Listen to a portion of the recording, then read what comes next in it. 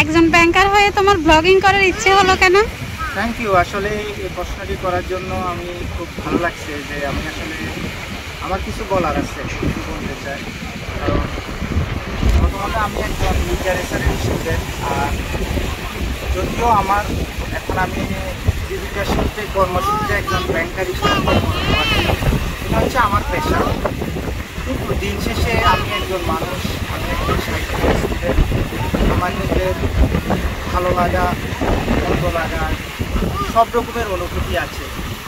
আমি চিন্তা করি আমি যখন অফিস থেকে ফিরি তখন আমি মনে করি অন্যান্য সবাই কর্মজীবী আছে।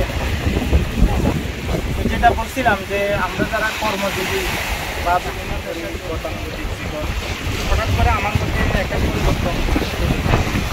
বাসায় গিয়ে হয়তো আমরা সবাই মোবাইলে স্ক্রল করি বা ফেসবুকে ইউটিউবিং করি, তো এটা ঠিক কাজ না। হয়তো আপনি বিভিন্ন বিনোদন কিছু দেখতেছেন, মানে সবাই অন্যরা যেগুলো ক্রিয়েট করছে আপনি সেগুলো দেখতেছেন। তো আমার ইচ্ছে হলো যে আমি আমার সময়গুলো যাতে ইউটিলাইজ আমি করতে পারি। এই জন্য আমি চিন্তা করলাম যেহেতু আমার গ্রাম ভালো লাগে, আমার প্রকৃতি ভালো লাগে, আমার নদী ভালো লাগে, আমি আমার দেশকে খুব ভালোবাসি। আমি এখন নোয়াখালীতে চাকরি সূত্রে আছি। আমার চারিদিকে মানুষের যে জীবন প্রবাহ, মানুষের যে খারাপ লাগা,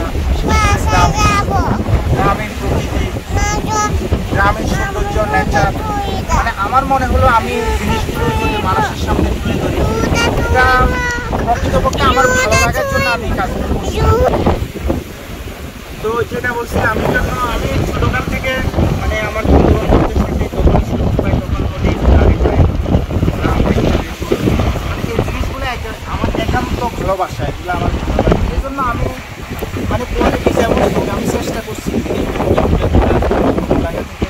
অনেকে হয়তো মনে করতে পারেন যে এখান থেকে ইনকাম হয়তো একটা পার্ট, কিন্তু এটা মেজর উদ্দেশ্য না। আমার উদ্দেশ্য হচ্ছে আমি জাস্ট রিপ্রেজেন্ট করতে চাই। আমার যে ব্যাংকিং পেশা আছে, এই পেশার থেকে ডিফারেন্ট কিছু একটা করতে চাই। যেহেতু আমি সাহিত্যের স্টুডেন্ট ছিলাম, তো আমার একটা সময় কলেজে থাকতে লেখালেখির একটা লিখতাম, গল্প লিখতাম। আসার পরে জিনিসগুলো মনে হয় একটু ফাটা পড়ছে। এই জন্য আমি একটা নিজস্ব চিন্তা থেকে ইউটিউবে একটা চ্যানেল খুললাম, সেটা হচ্ছে থিংস এন্টায়ার বাংলা। আর হচ্ছে ফেসবুকে আমার পেজটি আমি খুলেছি, সেটা হচ্ছে things entire people and blog.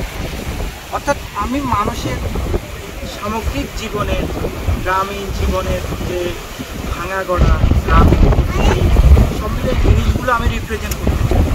আশা করি সবাই আমার সাথে থাকবেন, সাপোর্ট দেবেন, তাহলে অনেক ভালো কন্টেন্ট ক্রিয়েট করতে পারবো। আপনারা যদি পাশে থাকেন তো আমি আমার এই প্ল্যাটফর্মে অনেকে যুক্ত করতে পারবো ইনশাআল্লাহ, সেই চেষ্টায় আছি।